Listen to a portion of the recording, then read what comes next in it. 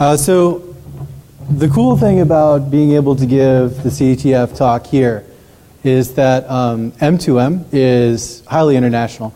You know, it's not specific to the United States, even though we have a lot of driving forces in the United States. It's prominent everywhere. Obviously, Europe, Asia, even the Middle East and Africa. So I was really glad to do it on an international stage, and I'm very proud to be here. But I kind of want to change the talk title because this is really what M2M is all about, right? It's about hacking anything and everything that you can get your hands on. And that's why this information and this technology is so interesting, because we're talking about innovation in a completely new light, right? This isn't just about hacking, you know, your old laptop or even your phone. This is about hacking pretty much anything that can be digitized. And I'm going to show you some surprising things that are going to be digitized, not only now, but in the near future. So I want to briefly just say who I am and what I'm all about. So my name is Don Bailey, as you heard, and I am a founding partner of Hill Consultants, which is an engineering organization. We focus on cellular and embedded and all that kind of good stuff. But we were founded almost a year ago. We're not even a year old. But we got our start thanks to the DARPA CFT project. So I feel very proud to be a participant in that. So I have to give them a brief shout out. If you don't know what DARPA is Defense Advanced Research Projects Agency in the United States, where it's primarily military and Defense Department oriented. But they do look at international research that's for the benefit of everyone. That may sound strange because it's a military branch, but their idea here is that if we secure technology within the United States, it's secure everywhere, and the more people that are secure, the less risk there is, and the less likelihood there is for abuse worldwide. So they fund projects like mine in order to understand what is the threat surface of emerging technology, how do we contain risks, mitigate some of these vulnerabilities, and provide researchers with a way to innovate without creating negative platforms of use. So it's pretty exciting stuff, and DARPA has done some excellent things in the past, and they'll do excellent things in the future. So the project that we were given a grant for is the M2M Risk Assessment project. And of course the idea behind this is we say, what is M2M and how does M2M become secure, right? Obviously that's a very difficult thing, because if M2M really is about all the things, or as it's also called, the Internet of Things, how do you really classify and contain what M2M actually is? And I've given several talks before, especially here at Black Hat, on hacking M2M technology. But I could really never put my finger on what exactly is it. So the idea was that we go out and we analyze what does the industry say it is. There are a lot of books written by very prominent engineers who are extremely experienced and intelligent, but they say something completely different from what we see in practice. They'll say M2M is, a widget that provides internet capability to some legacy system. Yes, that's true. But that's a very simplistic understanding of what it is. M2M is the interconnection of all things with the digital network of all things. So I want to talk a little bit about what that actually means in the context of products. And this parrot device you see on the right here is a perfect example. So I'm going to give you some examples of what M2M is, and then we'll define what M2M means in a bit. So the first goal, obviously, was just defining, like I said, what exactly is M2M. And a couple of really excellent examples are emerging technology in several weird areas that we never really thought that we would see digitized. One that I think is a bit awesome is concussion sensors. So everybody here is familiar with American football, I'm sure. So it's not as elegant as, football as everyone else knows it. It's basically just men smashing into each other at unnecessarily high rates of speed for humans to impact with each other. But basically, there's a very, very high rate of injury in American football. And so there have been an unnecessary rash of insurance issues recently because people don't really know how to deal with this. I mean, people have been playing American football for decades, but nobody's actually stepped up to say, hey, I have a physical ailment as a result of this. But technology has gotten us to the place where we know there is causality, and they're starting to say, okay, well, we need a way to diagnose whether or not this is occurring. Well, concussion sensors are a brilliant way of doing this. You put a concussion sensor in the individual's helmet, the player's helmet, and now if impact occurs at a certain pressure, then you can say it's very, very likely that this individual has incurred some kind of a concussion. And then you can take that player off the field or whatever. That's a significant advancement in medicine technology, because now that enables us to ensure that somebody that needs treatment gets treatment right away. Whereas, with a concussion, if you don't treat it, it can cause death, blindness, all sorts of other crazy ailments that you just don't want to deal with. And that causes, of course, the bottom line to get more and more expensive. Another really excellent example is plant nutrient monitoring. So I have the parrot right here. Again, it's just a little stick, basically, that you stick in the ground. And it monitors the nutrients in the soil and how they're uptaked by the plant. So the plant, you can measure whether or not the plant is taking enough nutrients, nitrogen, whatever, whether it's getting enough light, enough moisture, etc. So it's actually a brilliant system at a pretty decent price, but we're going to see prices like these go down. What's exciting about this technology isn't just that you have some novelty that you can stick in a home houseplant. What's exciting is that you can actually use this to grow crops in an urban setting where now you have lower income individuals that don't have access to fresh vegetables. You can use simple technologies like these to help increase production and cultivation rates and success, so that people in low-income facilities now have access, or cheaper access, or even free access to vegetables and things that will help them stay healthier. In America, that's a serious problem, because we have a very, very high instance of individuals with low income not being able to get healthy food. Because the lowest cost food is going to be McDonald's, Burger King, KFC, all the things that are going to make them worse, which also makes them worse workers, right? So that's a significant problem. And simple things like these are changing the way that society sees not only technology, but the way that we interact with the physical world and how it makes us healthy or makes us less healthy. But I can talk about all the examples, blah, blah, blah, on what M2M is and why it's interesting, but I want to say what it's not. It's not just a simple sensing technology. Obviously there's sensing involved. I want to know how much light there is, whether enough nutrient is getting uptaked, whether a concussion occurred, blah, blah, blah. That's true. But that isn't important, because you're not going to say to me, Don, well, it sounds like you're just protecting, whether there's enough light outside to grow a tomato. That's not interesting. And that's true, that's not interesting. What is interesting is the result. So it's far more complex. What you're protecting in M2M is the analysis of the data coming from these particular sensors and devices that allow interaction with the physical world. And this is a perfect example of monetizing on security vulnerabilities in this kind of technology. So in America, as I'm sure elsewhere, I'm not as familiar elsewhere, but we have a very big gambling industry associated with professional sports in America. I'm sure that's true of everywhere.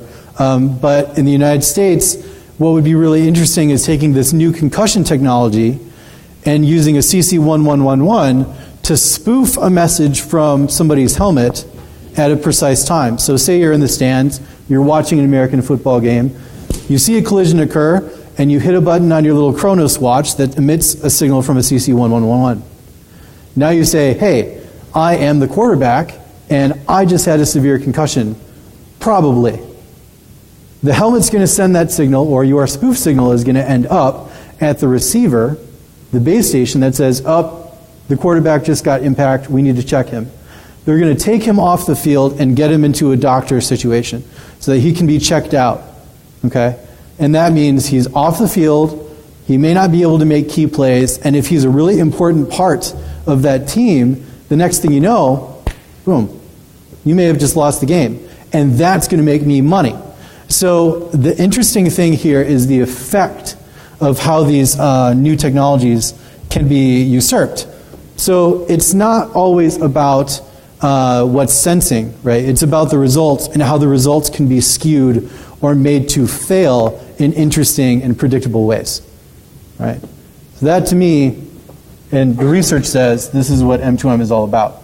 Another very, very cool piece of technology. How many people are familiar with this? Botanicus interacticus. One person. Anybody else? You? Did I see your hand go up? No?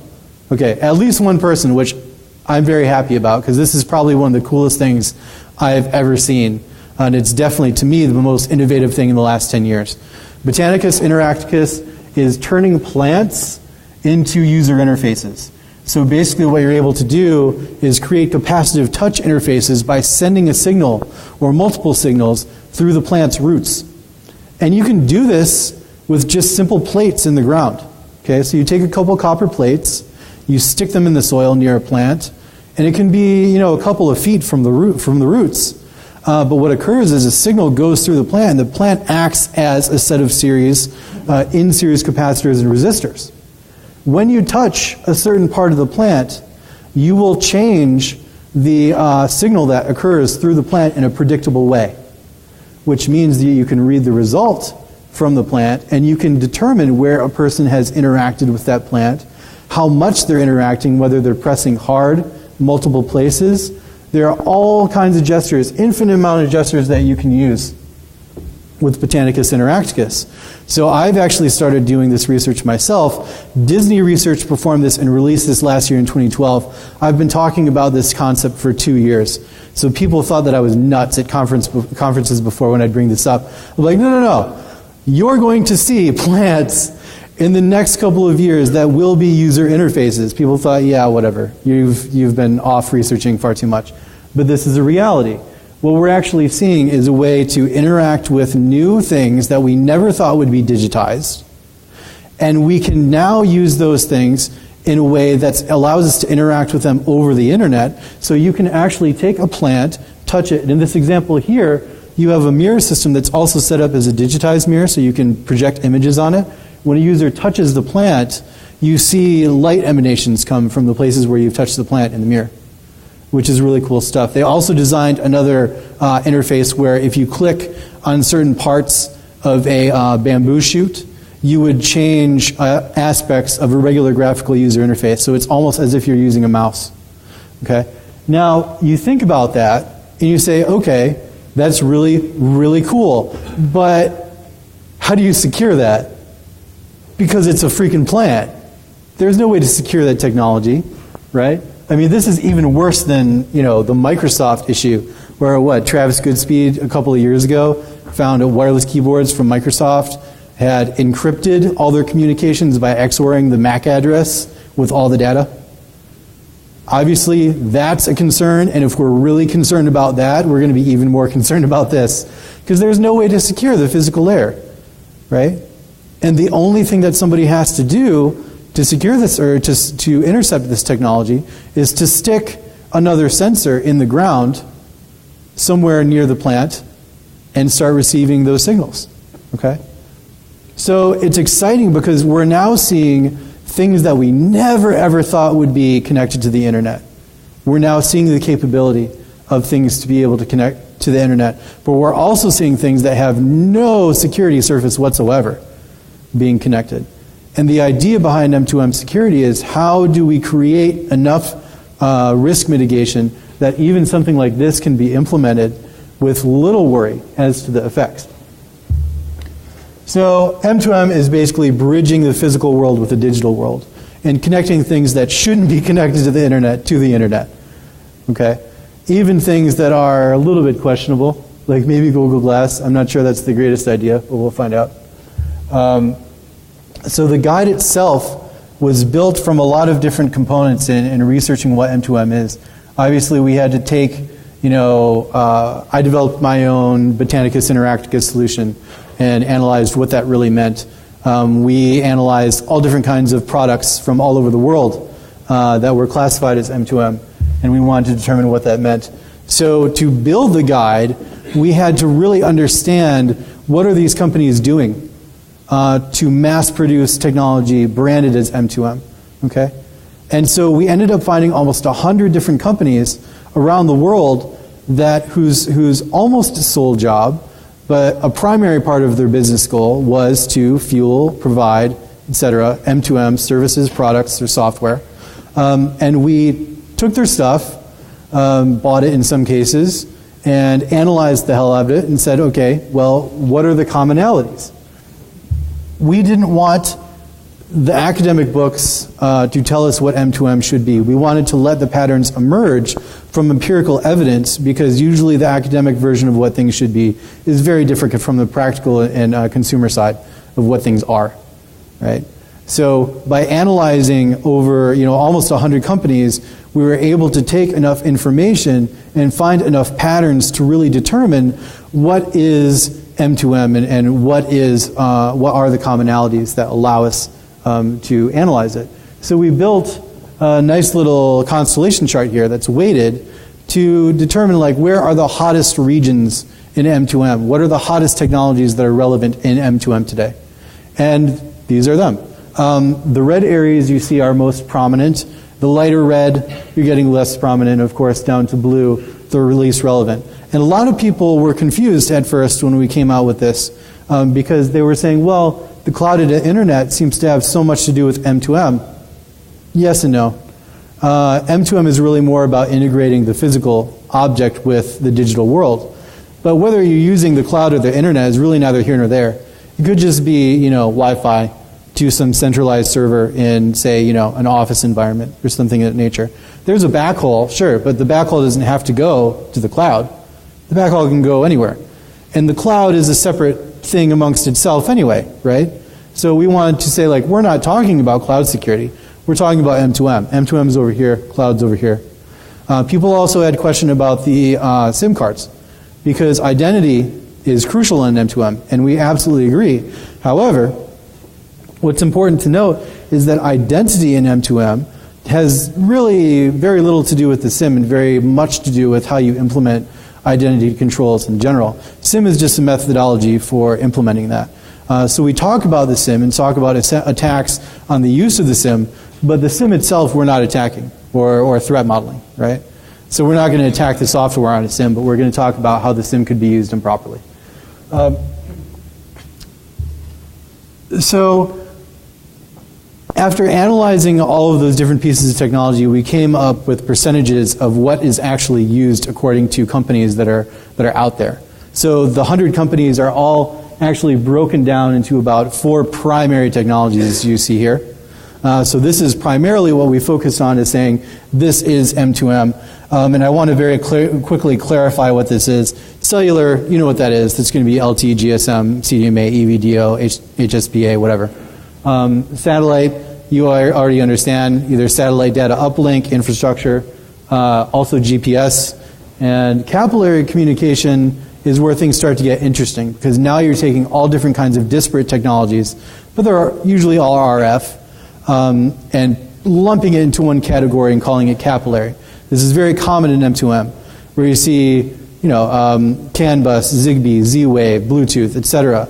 All of these things can be capillary technologies or protocols, but the primary issue is that they're all very short distance. Okay, that's the most important thing about capillary technology. And then, of course, you have software. But when I talk about software here, I'm not talking about bin/cat. Right? What I'm actually talking about is individuals or companies that are developing software specific to M2M, which can be operating systems, things of that nature. So to clarify these organizations, we needed to put them into their respective buckets. So any technology that's used in M2M, we basically placed all of the organizations within these buckets to say who owns particular verticals, who's migrating across separate verticals, because as you'll see in a little bit, this actually creates significant weaknesses that are different from embedded technology or wireless technology in other industries. There are far more significant risks in M2M. So that information is all in the guide if you want to check that out when we put that online. So the breakdown of the industries, we have 6 primary industries in M2M. And of course, everybody wants to create their own version of what this means. But this is like listening to techno, you know? Everybody wants to say, no, it's Goa, no, it's trance, no, it's whatever. I don't care. It's techno, okay? For the purposes of what we're doing, it's techno. So in this case, we have 6 different buckets, and pretty much every single thing that we analyze can be thrown in one of these particular buckets. So we let the data and technology speak for itself. And then we applied some graphing metrics to just analyze what is the percentage of technology used per vertical, so we can see where weaknesses are. And what really very interesting that came out of this kind of analysis is the simple things that you normally wouldn't see unless you were analyzing large sets of data. The places where you see red, which is satellite technology, those are all indicative of verticals that have been around for the longest periods of time in M2M.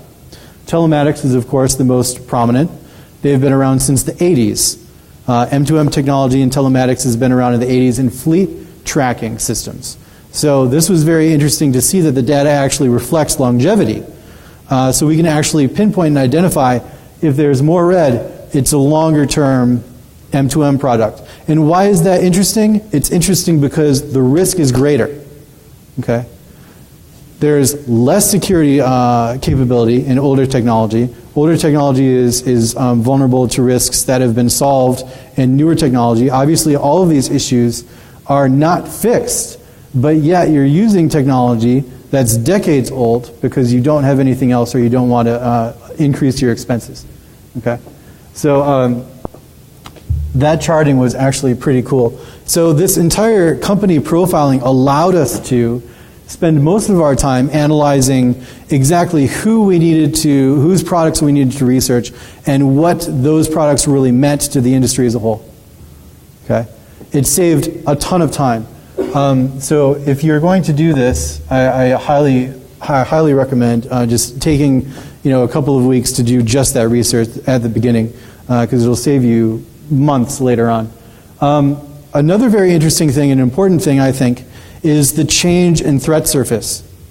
Okay? So for embedded devices, as we all used to know, embedded systems are most vulnerable when you are physically in front of them. Right? This is obvious, but this is no longer true. What's very cool about M2M is that that paradigm actually flips. It does a complete 180. What occurs in M2M is the further you are from something, the more likely it is to be vulnerable, which is a very strange concept, but we found it consistently valid in M2M. The physical systems themselves can be tamper resistant. They're still going to be hackable, but you can put in all kinds of different mitigations to ensure that if something is tampered with, that an individual can't go very far with that tampering. However, because there are so many different types of RF technologies that are integrated into these systems, there are many, many different ways that you can break into these systems remotely. And I'm going to talk about a very interesting zero-day case later in this talk about how you can actually use that theory to migrate from one protocol to another within the same M2M device and compromise an entire swarm. So that's pretty interesting stuff. So while we're noting trends, I want to talk about the relationship model. As I mentioned earlier, relationships in M2M are extremely important when it comes to security. And this is different from almost every other industry that I've analyzed, that I know several other researchers have analyzed, especially cellular, things of that nature. Because when you're in a cellular environment, everybody knows you pick up a phone from the store, and if you're not in the U.S., it's probably unlocked, and if you are in the U.S., it's probably locked. And you're bound to a particular provider, but that provider has an OEM, and they have a relationship, a direct business relationship, and you have a direct business relationship with the provider. So if there's a security problem, you have a direct link to the person that's going to fix that problem for you. Okay? In M2M, it's very, very different. You're not only talking about disparate technologies that are working together, you're talking about disparate organizations. A manufacturer of a piece of technology may not directly ship it to a client or user. Okay, that's kind of common, but what's not common is that that technology may be shipped to the mobile virtual network operator. Okay? And the mobile virtual network operator may resell or lease that equipment to the network provider. And they, in turn, share and lease the equipment, the network equipment, from the provider to provide you with networking services. And then they sell that equipment to another app vendor, and then the app vendor actually gives the product to the end user. So there's this very strange chain of organizations that all have a hand in getting your M2M device and service and product, whatever, to you. As a result, you have no way of actually getting the information on a risk or a threat to the organization that needs it directly, because you may have no idea who that is. Okay?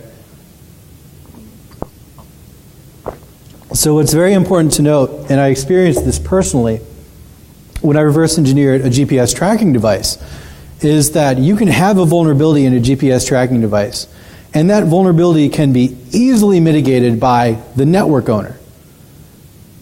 But you have no connection to the network owner, and you can't talk to the network owner directly about that product. You have to talk to the mobile virtual network operator, which may or may not find your issue relevant, and they may or may not hand off that particular issue to the network operator.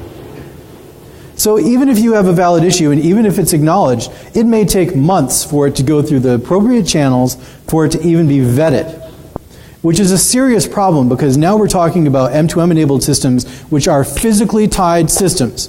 This means that this is technology that can potentially affect people's physical lives, and now we have longer time, longer latency in time between when you react to a particular vulnerability and when that particular vulnerability can be fixed. That's a problem. So the business relationship is serious when it comes to M2M, even though it's less of a risk in other industries. So the 6 primary industries in M2M, we did something very simple. We just said, okay, for each particular industry, we are going to simply, what? Find out what they're doing, right? Okay, so find out what organizations are going to be using this in this particular industry. Define what industrial use is going to be, what consumer use is going to be, and then obviously we can break down from that information what common components are going to be used across all these different organizations. And those common components are going to help us build our threat model. Because now we know everybody has to use a microprocessor, everybody has to use a capillary protocol, blah, blah, blah, blah, blah, blah. All of those are key components in the way that you build the threat model, and if you use them as pieces, almost puzzle pieces, you can build a threat model from the ground up, or from the lowest layer up, very simply, okay? So we also identified known exploits, and we documented all known exploits for components and for technologies within the M2M Risk Assessment Guide. So every time you pull that guide, you will now be able to see, here's the latest, greatest research on every single industry or every single vertical, blah, blah, blah, that is affected by M2M. So the components themselves are key. And these products can actually be broken down into very simple pools. Okay? You have either one of two things. You have either high-level components or low-level components. High-level components are conglomerates of low-level components. That's it. It's that simple. It doesn't have to be any more complex than that. We don't need to get any more detailed. All we have to know is that there are 2 types of high-level components. They're either, or 2 classifications rather. They're either legacy or they're modern. Legacy M2M means that there's a very, very cheap, tiny microcontroller, probably 8-bit, probably an AVR, maybe an ST, maybe a TI. Regardless, there's going to be something extremely cheap that's running the application. And that's bad because those chips are easily ownable. You can own them via software, you can own them via hardware. There are always all kinds of ways to pull keys out of those types of devices. You can send one to Chris Karnofsky for a couple $1,000s. IOActive will immediately give you a firmware dump of whatever is on that. And now you probably have a key that works for every single one of those devices. So those things are extremely simple to attack. And yet we're seeing more and more of them, even though they're called legacy devices, because the cost is effective. So even though we should be seeing people migrating to modern M2M like Porsche and Porsche's PCM, that's a great example of how they're using embedded QNX to present a new digital dashboard for their Porsche 911s. we're not seeing as many organizations go to that because they don't have the money. Obviously, Porsche has the money because the users want to pay that money to get something cool. But everybody else just says, give me something cheap. I just need to track my fleet. I don't need some crazy digital dashboard for the guys in my semis drive down the street, right? So we're still going to see vulnerabilities for a long time based on the types of components that you use. And the low-level components are where the keys are. And by keys, I mean this is how everyone gets owned, okay? So as with many other types of technology, the issue here is that vulnerabilities always bubble up, right? And Spender will say this over and over and over for the Linux kernel, which is why GRSec was implemented for the Linux kernel, because the fundamentals of security must be enforced in order for the higher level objects to have any semblance of security whatsoever. We know this to be true in Linux. We see it failing every day in Linux. But we don't see that same parallel or acknowledge that same parallel in alternative technologies. And alternative technologies like M2M exhibit the exact same behavior. When you have vulnerabilities or components that are vulnerable at the lowest level, that will cause cascading vulnerabilities in higher level objects and cause products to be vulnerable for many years to come. So if you don't select the right components at the start of your product design, you will have a lifetime of vulnerability, especially in M2M when you're talking about embedded systems with a very long lifetime. You can design a product that will be used for the next 10 years, but if you design it wrong, you're never going to be able to field change any of that stuff, right? Nobody's going to come up with a magic operating system for the 8-bit AVR anytime soon. It's not going to be secure. That's just the way it is. You get what you pay for. So the low-level components themselves were broken down into buckets, okay? And we basically said, these are the buckets that define what a low-level component is. And then we basically said, all right, what does this low-level component mean from a risk perspective, right?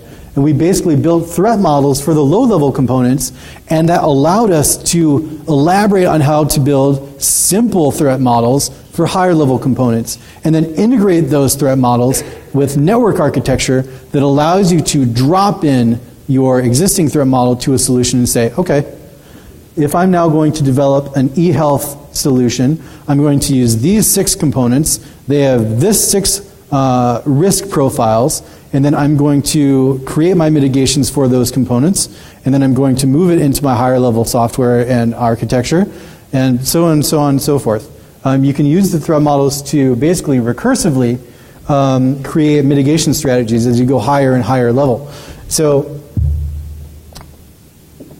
what was very cool about this is we didn't just go as far as to say, here's a simple threat model, here are some risks, don't do these things. What we actually did is we went a little bit further and we said, here are some labs, and we defined an entire set of appendices. We have like 100 pages of labs on here's how you set up a lab for a cellular environment. Here's how you set up a lab for hardware. These are the steps that you need to take, even if you've never done this before. If you've never set up your own GSM base station environment, you will be able to using the labs in the M2M Risk Assessment Guide, because we make it that simple. All you have to do is acquire the hardware, follow the lab, and now you have your own GSM hacking environment that you can use to audit M2M technology. So for every low-level component, we identified and defined and spec'd out with examples labs that allow people to say, what is the problem with this component? What are the potential issues? What are the potential mitigations? And now I have a way to walk through all of those things myself instead of just checking a field off in some kind of ISO 27001 style guide, which to us was insufficient.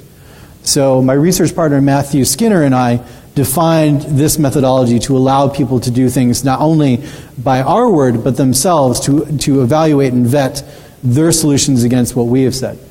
So we acknowledge that we may not always be right, but you can check for yourselves by using the labs. So we also ensure that all the known vulnerabilities for this particular technology and also unknown vulnerabilities, as I'll talk about in the coming minutes, are going to be documented in the particular low-level component area.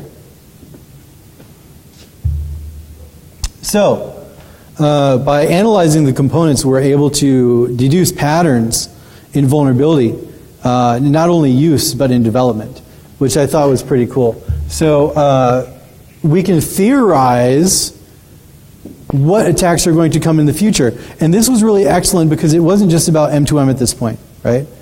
Because we had so much data on low-level components, we had so much data on what was going to be used in the near future in products, we could actually say, all right, well, if Gemalto is starting to build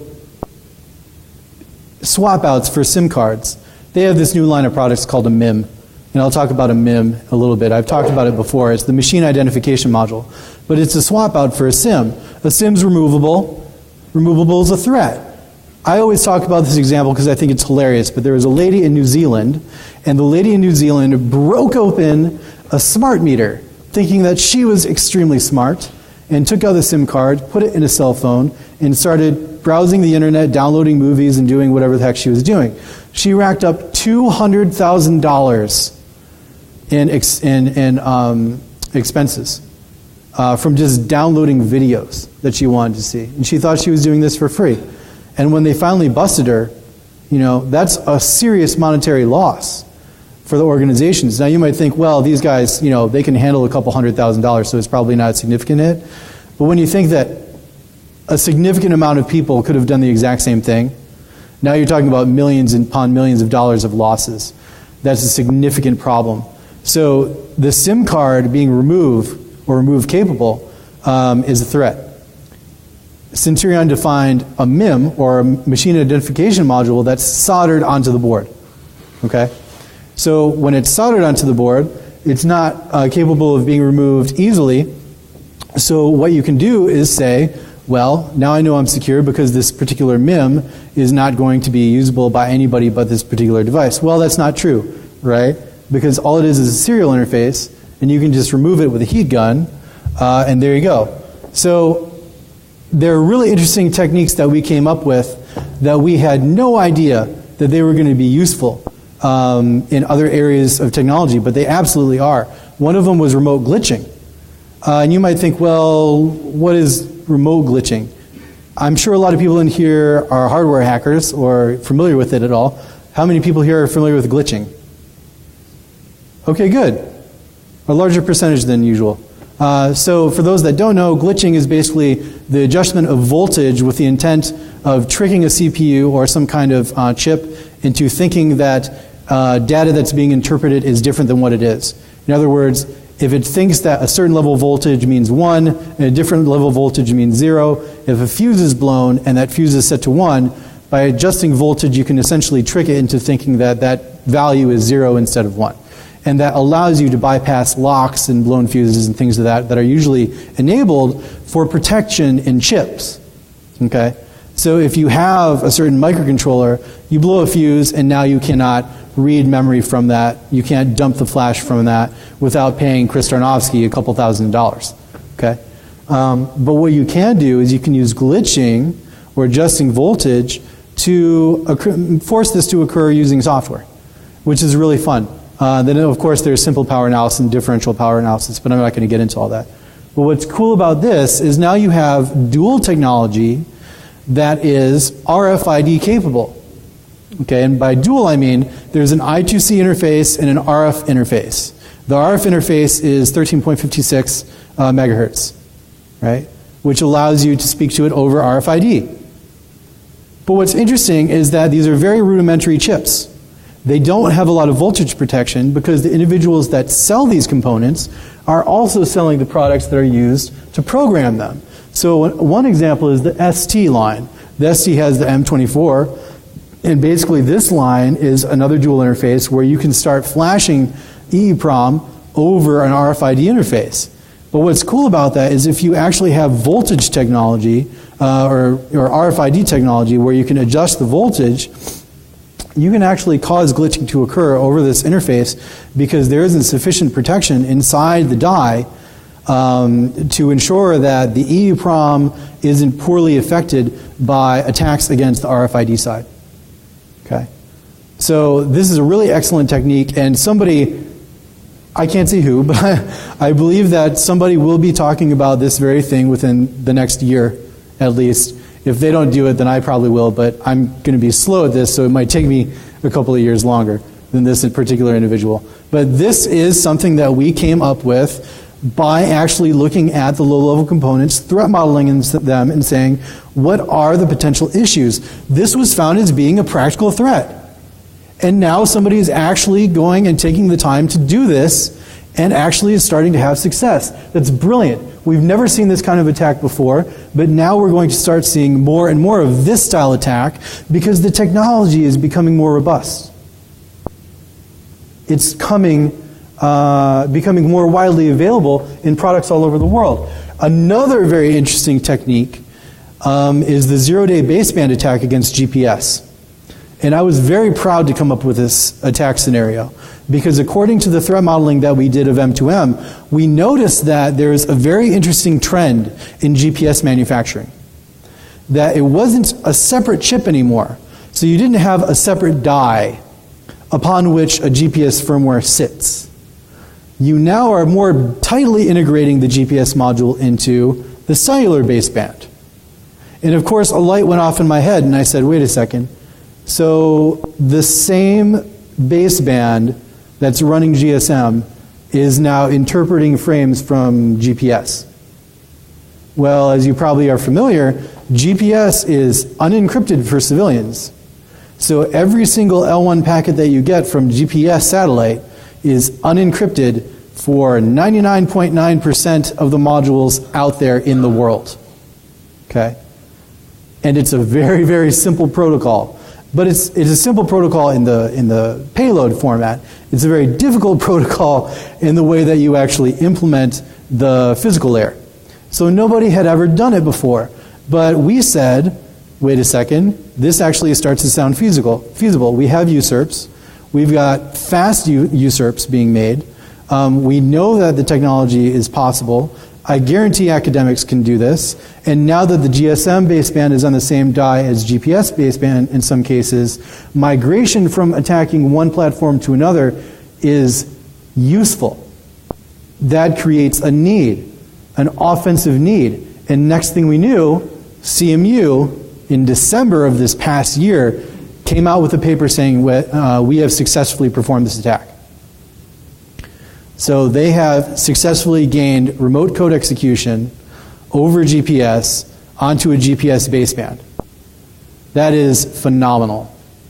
That's probably some of the most exciting offensive research I have heard about in years. Okay? Especially with the migration of firmware to GSM firmware. And this is going to be important for everyone because you guys know GPS is really important for GSM because of timing. Right? Because GSM is all based on time slices. It's also extremely important for CDMA. Right? If you throw a GPS or if you spoof GPS around a CDMA tower, you will DDoS that tower. You will corrupt the entire cell that CDMA cell is sitting in. Okay?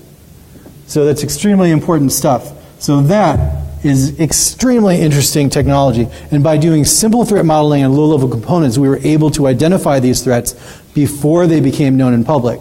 And I love the fact that I can actually document this because I sent this out to DARPA 6 months before the public release of that CMU paper. So I was all excited about like, I have proof.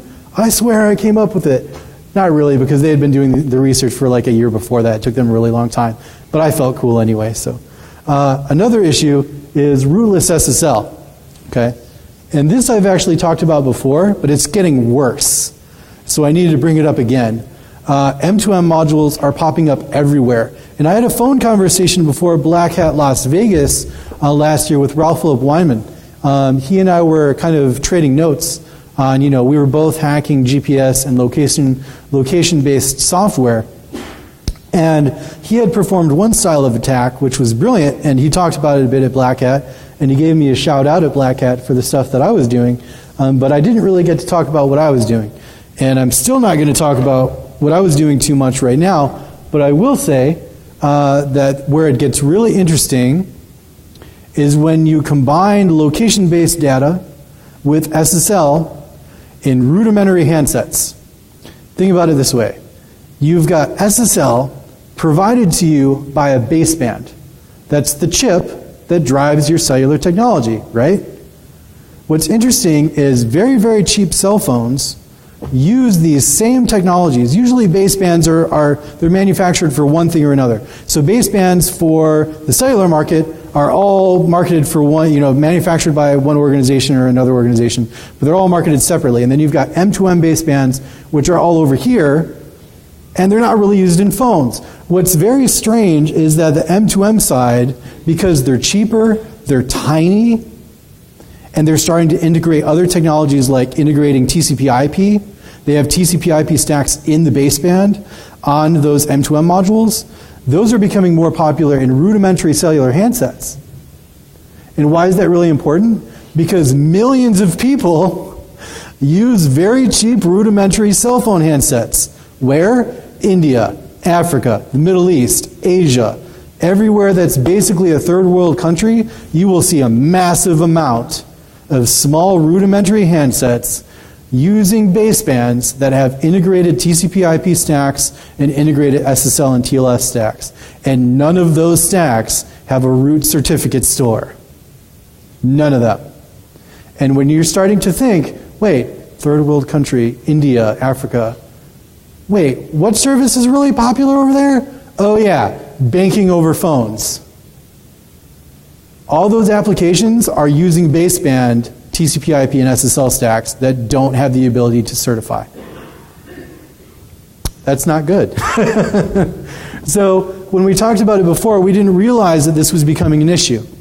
So you take location-based services, pool it together with SSL-based applications like banking, put in the context of third world countries that use massive amounts of these cheap cell phones, and you have a very serious, serious problem.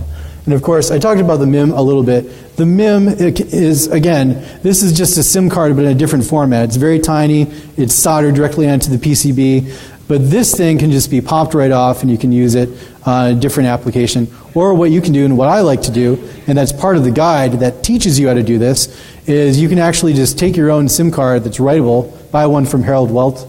I probably just butchered his last name. But buy one from the Osmocom guys, and then you just flash the same parameters onto that SIM card, and you pop the SIM card into a SIM reader, and then you forward the TX and RX points and the UARTs to that SIM reader, and now you have the ability to simulate a MIM with the same parameters, but that forcibly attaches to your network because your network is the only one that will authenticate it because your internal key is different. So that's extremely useful. So the MIM bypass is really important because it allows researchers and embedded analysts to very quickly usurp technology that they otherwise think is secure. So to summarize the guide itself, we basically took industrial overview, right?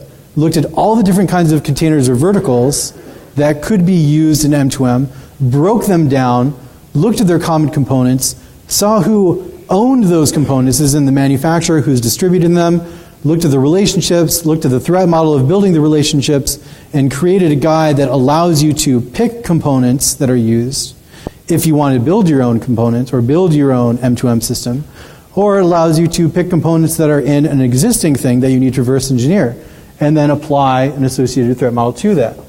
We have the exploit survey and the laboratory setups and all the other good things that we have.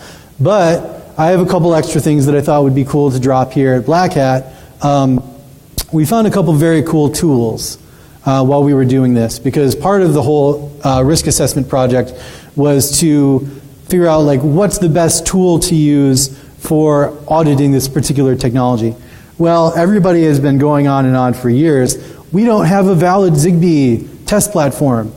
We need a better Zigbee test platform. So we found one. The 802.15.4 protocol doesn't just allow Zigbee and Z-Wave and all the other things that you know. It also allows a protocol called SNAP.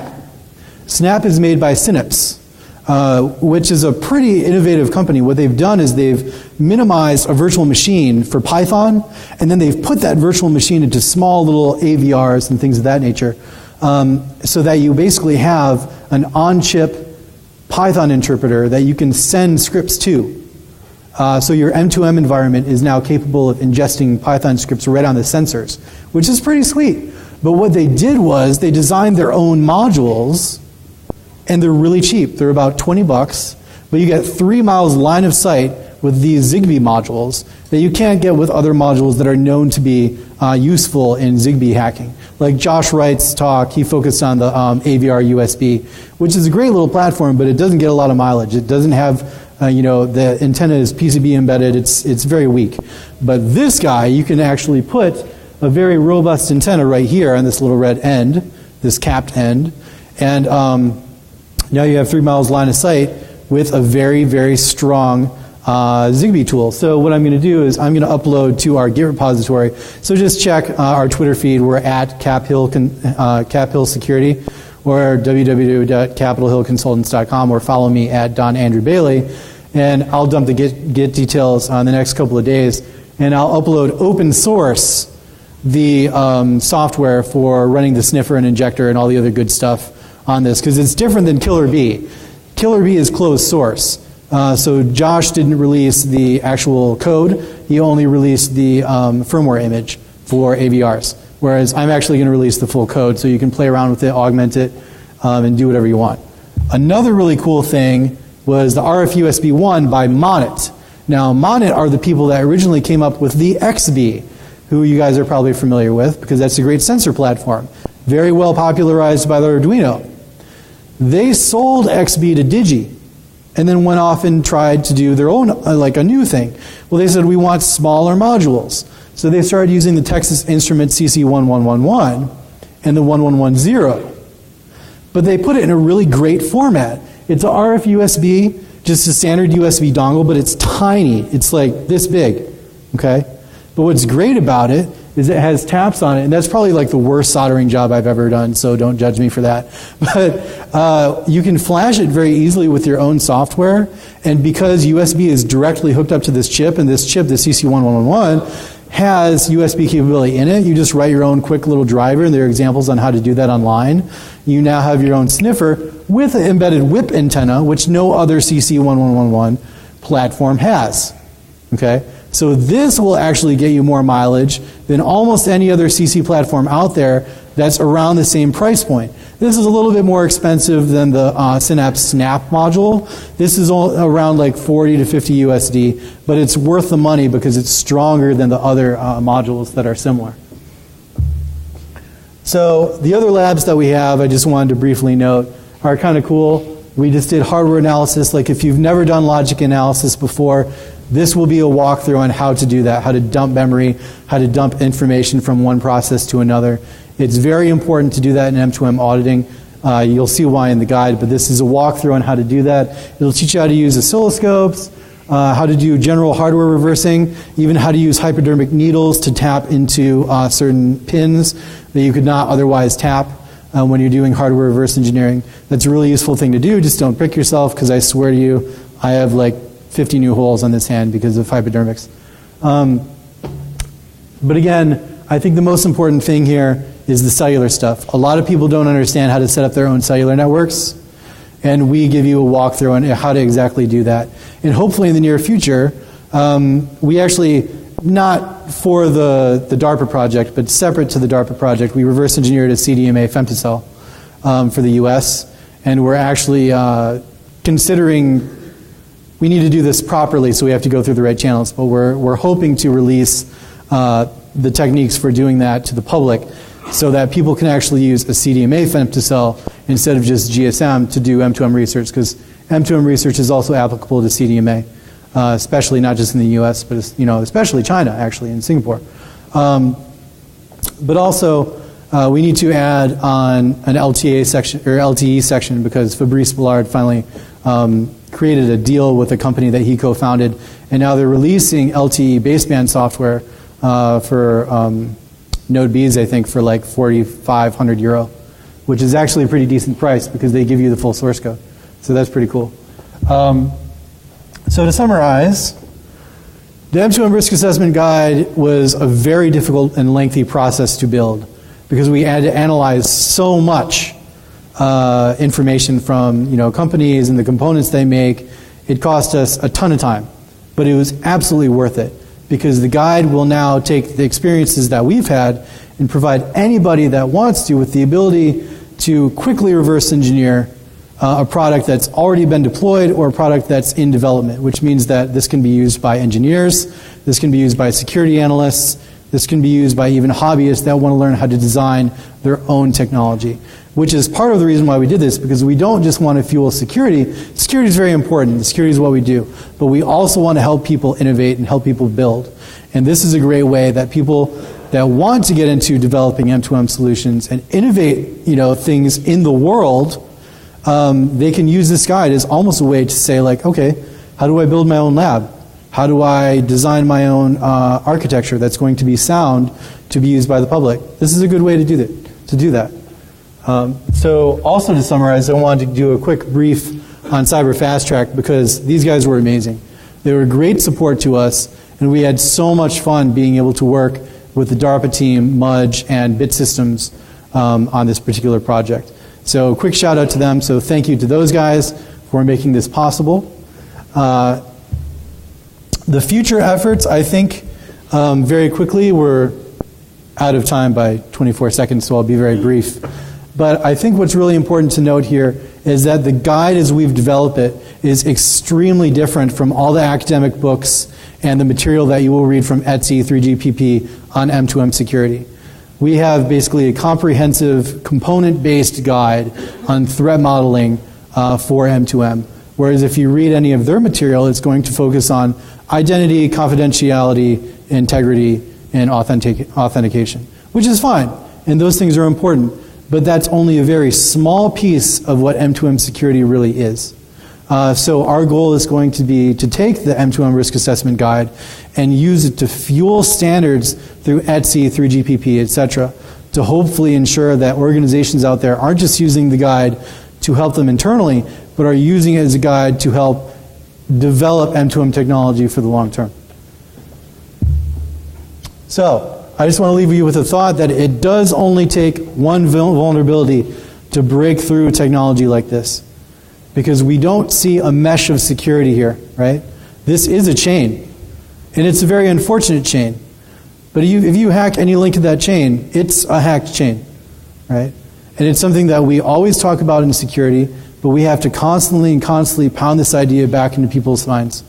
So it's important that even though everybody in this audience, I'm sure, already understands this, vocalize this to the peers that you have in these kinds of engineering environments, because they're not quite seeing it yet. They see a mesh that doesn't exist because there are so many moving components in M2M and so many different organizations that need to talk together to create a solution.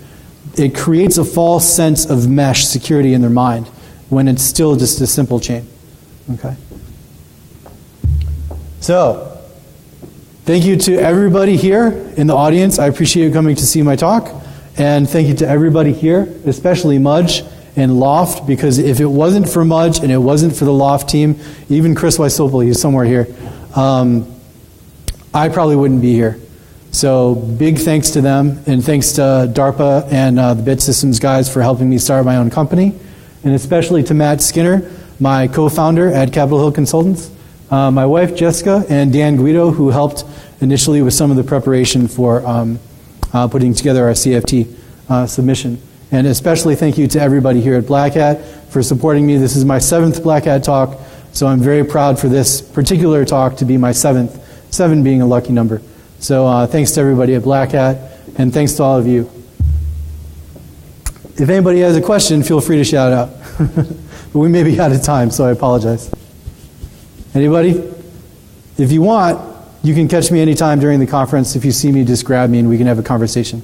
But you probably need to get to your next talk. So thanks again for your time. I appreciate it.